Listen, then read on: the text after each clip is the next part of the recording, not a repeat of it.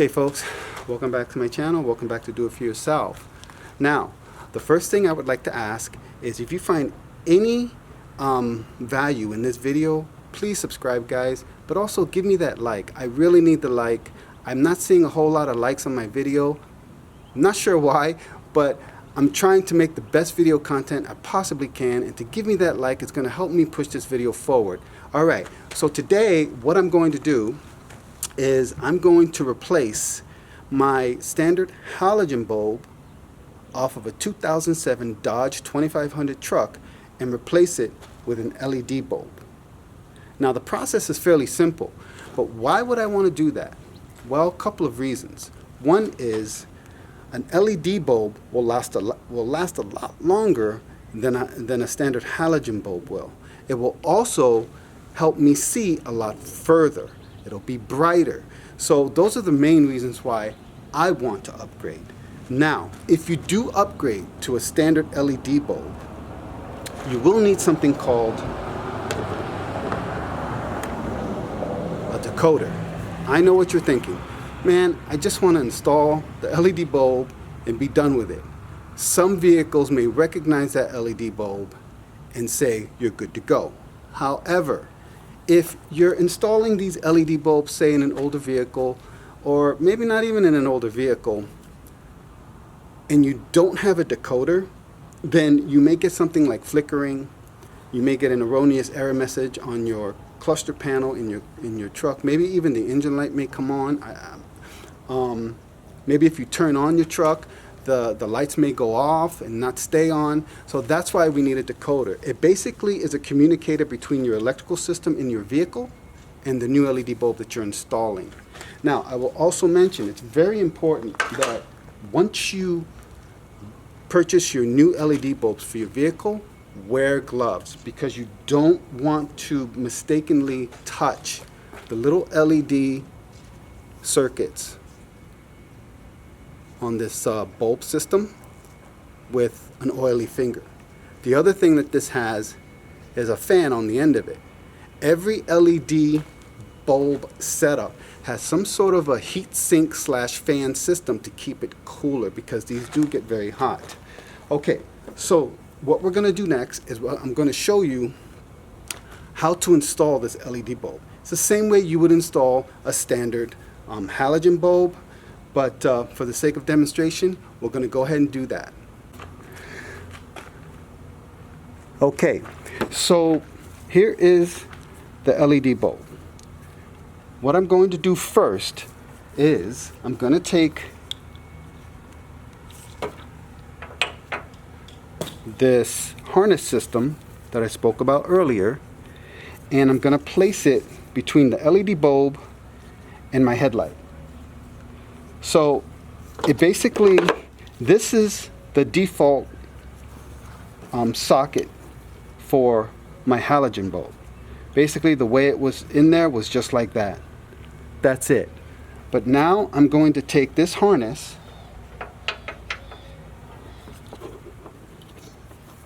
and insert one side into the standard socket electrical side here, and then take the other side of this and insert it into the LED bulb socket. Now, one of the things I like to do before even doing that is putting,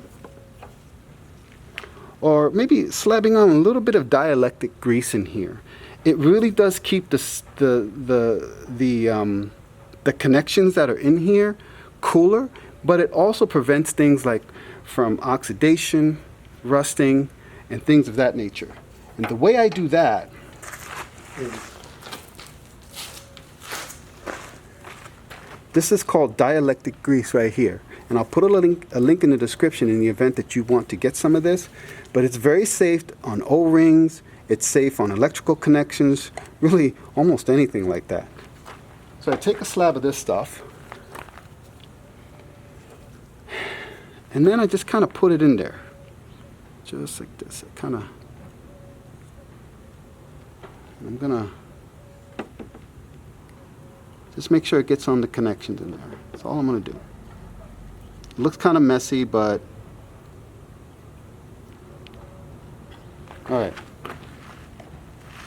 That might be a little much, but it won't hurt it. You'll still get a connection. Okay. So now I'm going to take the other side of this decoder connection and insert it into the LED bulb. Just like that.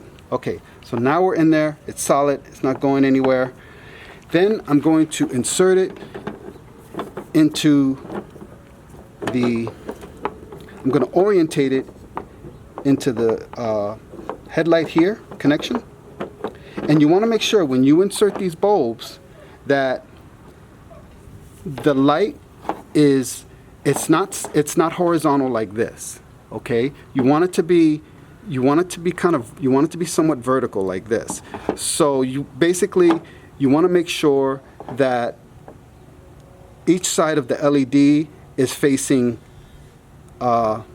straight, not lying down. I guess that's the best way I can explain it, but it'll explain it in the instructions exactly the way you should do it. All right. Then we're just going to go ahead and turn it, and I know this is the right orientation because I looked at it ahead of time, and I can see from here that the light is facing the LEDs are on both sides of the socket, and it's not lying down like this. It's not horizontal. It's actually vertical, going this way. All right. Now the next thing I want to do is stabilize this smart decoder. Now unfortunately, this is probably going to be the hardest part of the whole job, is finding a place for it. Either you get some self-tapping screws to put through here and drill directly into your metal, or you do something like this and you find a metal, not a plastic, but a metal zip tie, and you place it under the smart decoder and you just wrap it around something nice and snug, just like this.